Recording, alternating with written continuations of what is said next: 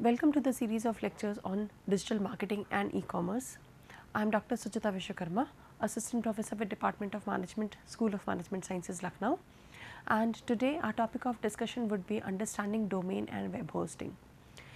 Students, you might be remembering that in all our previous lectures we have discussed a lot about digital marketing. We had discussed about what is a website, what are the different types of website, and why an organization or an individual would actually look forward for creating a website. Now, before actually creating a website, an organization must also decide on various other aspects, which includes understanding the concept of domain and web hosting, because the website once created will require a host to be actually projected on the World Wide Web, so that the people can actually have an access to the particular website. So, in today's lecture we will be devoting time to understanding of the same. So, let us get started. Now, what is a domain and web hosting? Domain is something very commonly that we understand as the address of the website. Now, as we know that as we have as we know that we have our homes, and for anyone who wants to come down to our home, or anyone if he wants to send a particular packet or a letter to our home, they would require an address, because unless and until we tell the people that what our address is, then the person will not be able to reach us. So, similarly is the concept of domain, where domain basically is an address that is given to the people for accessing a website. So, it is something that a particular user can type in the browser's URL code, as shown in the picture. This is the browser's URL code. The browser could be anything like Google, Mozilla, or anything. So, on the browser's URL code, you are expected to write certain things, which usually starts with www and then ends with something like .org or .net or .com or .co.in or something like this. So, basically this extension, the extension and the starting, that is www. So, what is www? It is basically the World Wide Web. And what is this .org and .net or anything like this? This we usually understand as the extension of the domain name. But then what is domain name? This is something that you should understand. So, domain name is any name that can be given by the user or by the company, or can be decided by the company. However, it is a subject to change also, because on the basis of availability of that particular name on the website, on the World Wide Web. For example, if I want to have a website of my name at my name, let us say Suchita.com. So, if I want to have a commercial site, I would name it as .com. If I want to have a org site, I want to represent some organization, that I can have a extension of .org. But if I now coming to the first part, Suchita.com. So, Suchita can be kept as a domain only and only if the particular this word Suchita is available with the World Wide Web, and has not been used by any other organization across the world. So, that is what is the domain name. So, domain name, as you can see, basically comprises of two parts. The first part is the brand name, which can be the name of the organization, which can be any other name, and a combination of letters which are basically called the extension. So, each domain name is, as I said, it is unique web address, because it cannot a single domain name would represent only one organization, or one website cannot be representation of two websites. So, the common domain names are like .com, which is, as I said, is a commercial website. .edu is usually used as an extension for education websites. .gov is used for the government websites. .int is used for international websites. .mil is military websites. .net is used as a network site, and .org is usually used for non-profitable organizations. So, these are the general categorization, and this is what the domain name is all about. Now, once an organization has actually decided that what the domain name would be, because only and only when he has understood the importance of domain name and he has actually framed a domain name for himself, then only they will be able to provide an access to the people to have a look on their particular website. Now, once an organization has actually decided the domain name, then the next thing that they need to decide is about the web hosting. So, let us understand it in more detail. So, web hosts are the companies that provide space on server. They own, and basically it is used by the clienteles, that means the people who want to have their websites, for providing internet connectivity, typically in a data center. So, web hosting is basically, as you can see from the picture, it is basically a company or an organization which stores lot of data, which provides a place for storing the websites and all the content of the websites. That means this is, you can understand it as a storage house for all the websites, and unless and until I have a storage place, I will not be able to keep and I will not be able to transfer the data to my users. So, basically this these web hosting companies provide a platform for internet connectivity to the particular website, so that it can be accessed by the users. Moving further ahead. Now, what are the different kinds of services that are offered by web hosting company? Is it only the internet connectivity, or is it anything else? So, let us understand.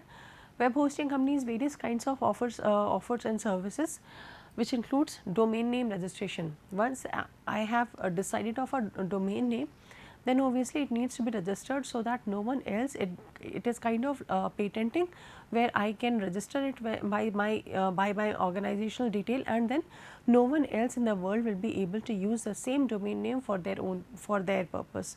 So, web hosting organizations provide domain registration services.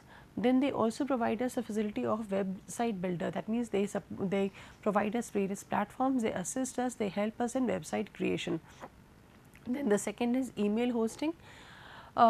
These web hosting organizations also help us to send and receive emails from a particular email ID at a particular domain name. For example, if I want to create a email at let us say my name at particular at my domain itself.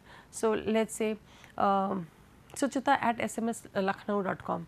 So, this is the kind of facility that these web hosting organizations will provide me. And then these web hosting companies also provide us the various hardware and software assistance, because it may not be possible for each kind of company to buy or to rent out the various hardwares that are required for web hosting. It may become very costly, and so for a beginner also, it would not be I mean economically very feasible, and for even other organizations who are bigger organizations also, they may not like to purchase a bigger dedicated server or something like this, because that may be very costly, or otherwise that would be a very I mean technical people would be required, and a complete manpower would be required. So, web hosting organizations do provide us with the various kinds of services. Apart from this, there are various other services also which are provided by web hosting organizations, which are called as value added services.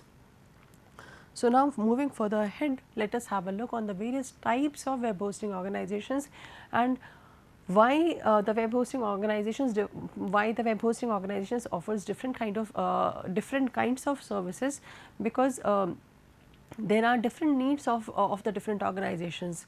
There may be smaller organizations, there may be bigger organizations, there may be organizations who have less traffic coming to them, and there may be organizations who have more of traffic, more of people accessing their websites. So, depending on the number of people who are visiting, and depending on the amount of content that I want to upload, and depending on the various kinds of features that I want to have on my website, according to that I can choose among the various types of web hosting services offered. So, let us have a look on the first one, which is the free web hosting service. This is, as the name itself says, it is free, and since it is free, so obviously it is backed up by a lot of advertisements. That means if I am opting for this particular kind of web hosting, a lot of advertisements will keep on popping in. So probably this is one of the best web hosting service which may not be very much preferred by the organizations because of the interruptions of these advertisements. But yes, this is very low in cost, as I mean it is very cost effective in terms it is free, and usually it can be opted for by individuals like us for our personal, for creating our personal websites and so. And obviously since it is free, it has very limited access. I mean the people using such kind of free website hosting services will have a very limited access to the data, will have very limited access to the bandwidth, and limited access to the technical support also. So obviously very few things can be done, very few I mean things can be done through such hosting services, but then obviously one has to always trade off between what are the requirements and accordingly the cost. Now moving ahead with the shared web hosting service, as the name itself says, in this, if a company is opting for shared web hosting service, then all the facilities that they will be accessing will be shared. So what do we mean by shared? That means the same services will be used by multiple people at the same time. So that means the RAM, the CPU, or other kind of hardwares that an individual or an organization would actually require will be shared by many organizations. And as a result, since these web hosting companies provide a shared access of the services, so obviously the cost of such web hosting service is comparatively lesser in comparison to other web hosting services. Now obviously such kind of web hosting services is very good option for smaller organizations who are actually coming up and thinking of having their own website for the first time, and are actually starting up their digital presence. So this is one. The profits are obviously the benefits are obviously the low cost, and any organization who is actually having a less of traffic on their websites can always go for, because there are certain problems also that an organization may face if they are opting for shared website. That means there would be a reduced security because many of the companies will be using actually the same kind of will be sharing the same resources, so there will be a reduced security, plus there will obviously be a restricted access on the database and the bandwidth, and the software support will also be in a restricted manner. So that means any company will not have a complete access to all the kind of I mean resources, and technical knowledge is also something which will not be required by the company, because there would be someone who would be taking care of the various facilities that are being shared by the people. So that means it is ideal for an organization who is actually starting up with the digital marketing practices. Now moving ahead is the virtual dedicated server. Now as the name itself says, it is a virtual but still dedicated server. So virtual dedicated server is basically a kind of server which is a mix of a dedicated server, or you can say it is it comes in between the dedicated server and the shared server. Now we will obviously see a little further that what dedicated server is, but then before that let us understand that since we have already discussed about the shared server, we had understood that the resources are shared by many people at one time, while in a dedicated server what happens, that every organization is given the whole setup of the server individually. That means they have access to all the resources individually, and that will not be shared. So when an individual will have a complete access to all the resources, they will have to manage it in themselves. They will have to they will require technical support also and everything. So we will understand it a bit later. So now let us understand about the virtual dedicated server. Virtual dedicated server is a kind of server where an organization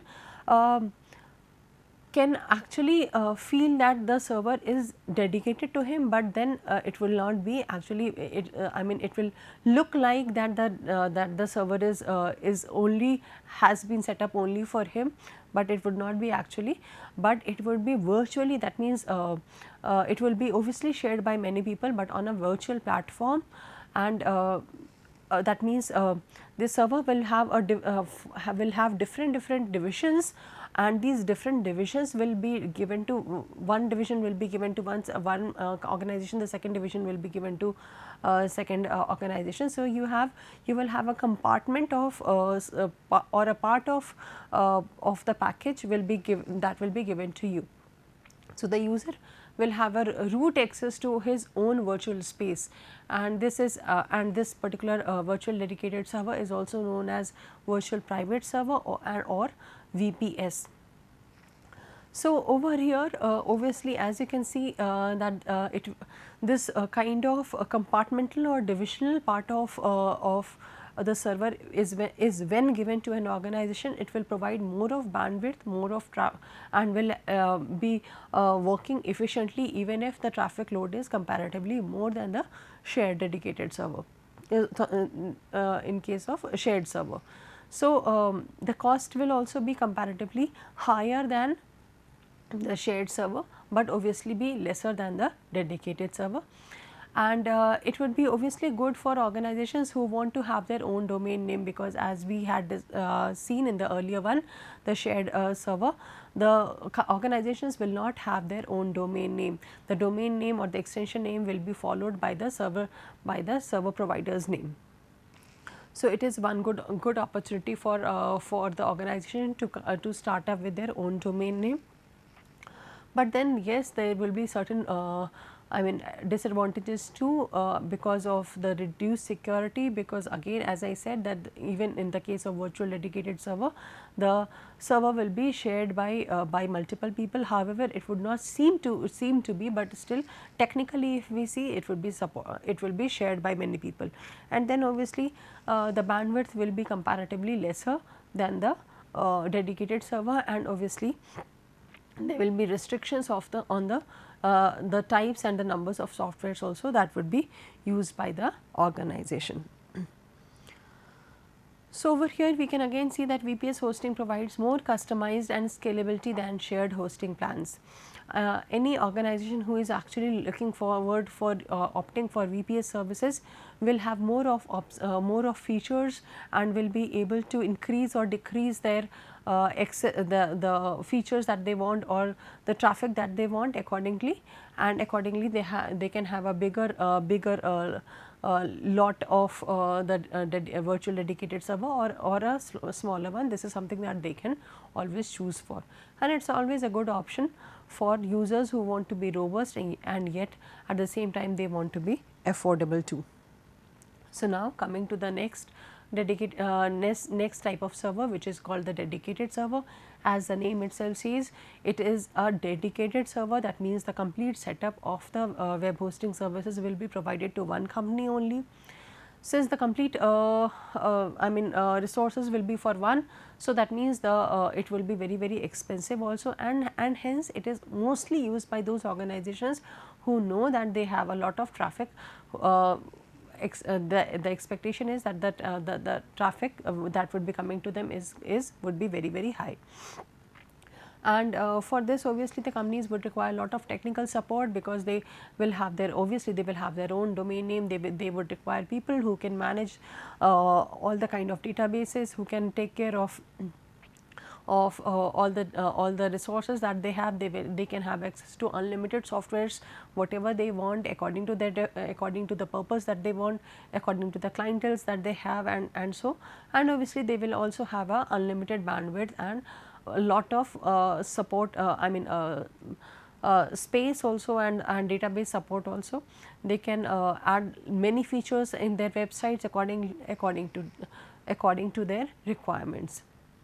But on the other side, this will be comparatively very expensive and require high technical support. Now, moving ahead, we have reseller hosting services. Now, as the name itself says, reseller hosting is basically a kind of hosting service where an individual has already bought or rented out the services, the hosting services from the hosting organization, and then he in turn, this particular second person acts as a reseller or a mediator or a intermediary, whatever you want to name them.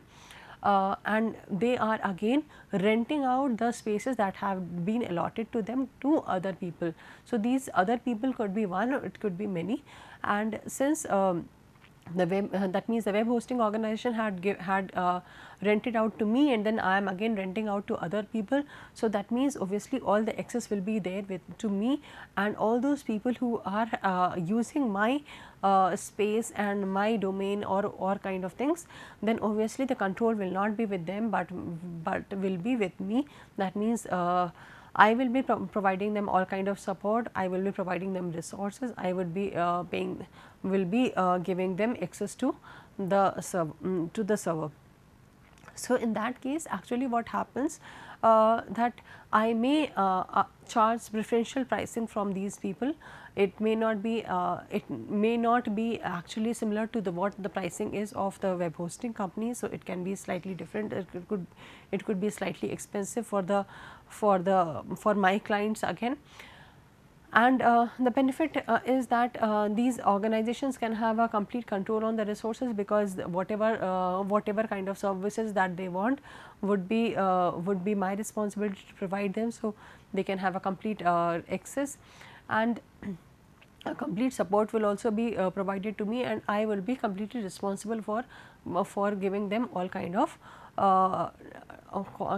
space and database support and everything. However, as I said that this could be slightly expensive than the shared hosting and has limited IP address or clientele website access. Now, moving ahead, we have another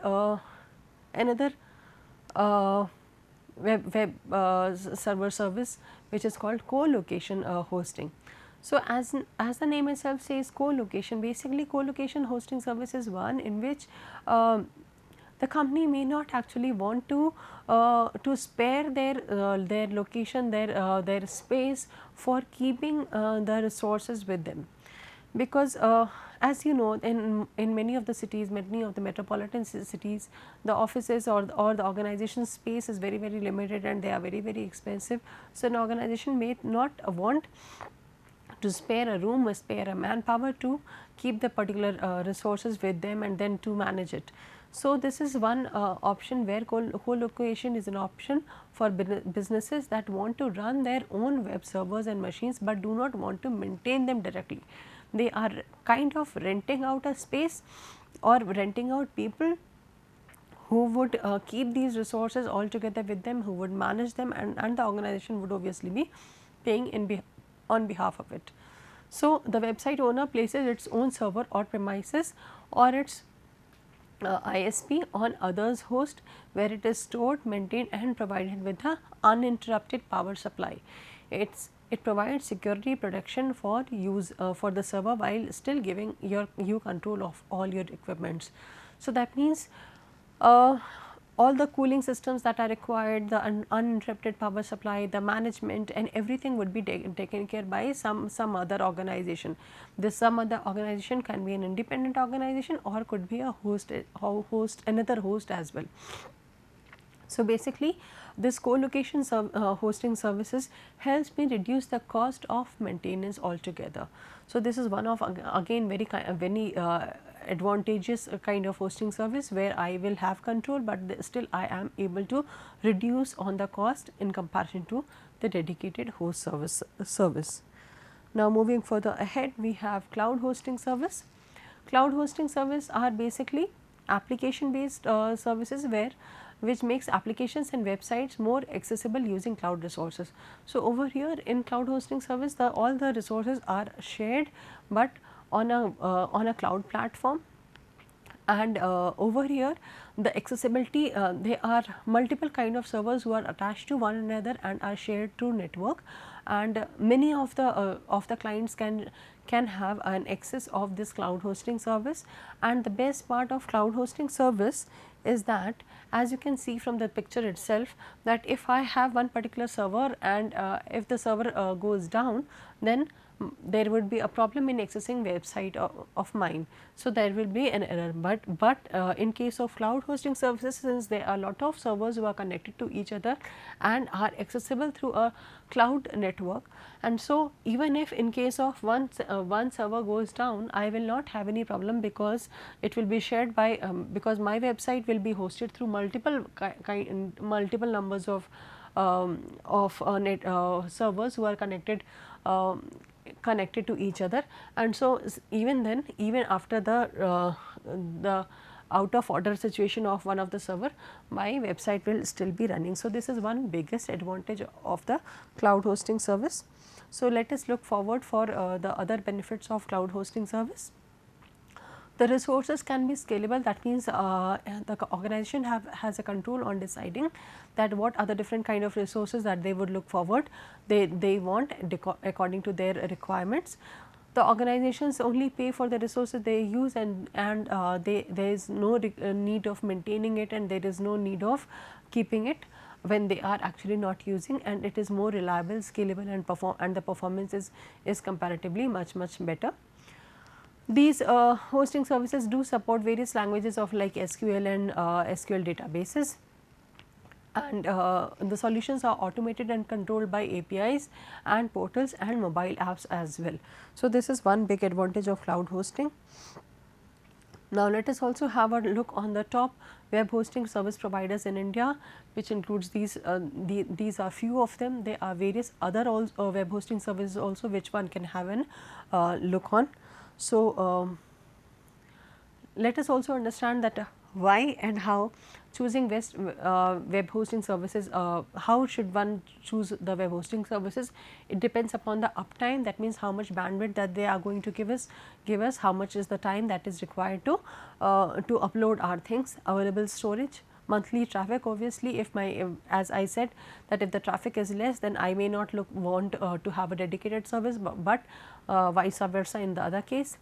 The loading speed, obviously, which prioritizes that how much the Google is able to load, and because according to that the accessibility will be there. Then data securities, customer support, payment methods, whether the organization provides me free trials or not, whether it provides me content management system services or not, and what are the other value added services that are provided by the web hosting organizations. So, these are all the factors that one should look forward when they are trying to have a web hosting service. So, for further details you can go to these references and have more understanding. Thank you.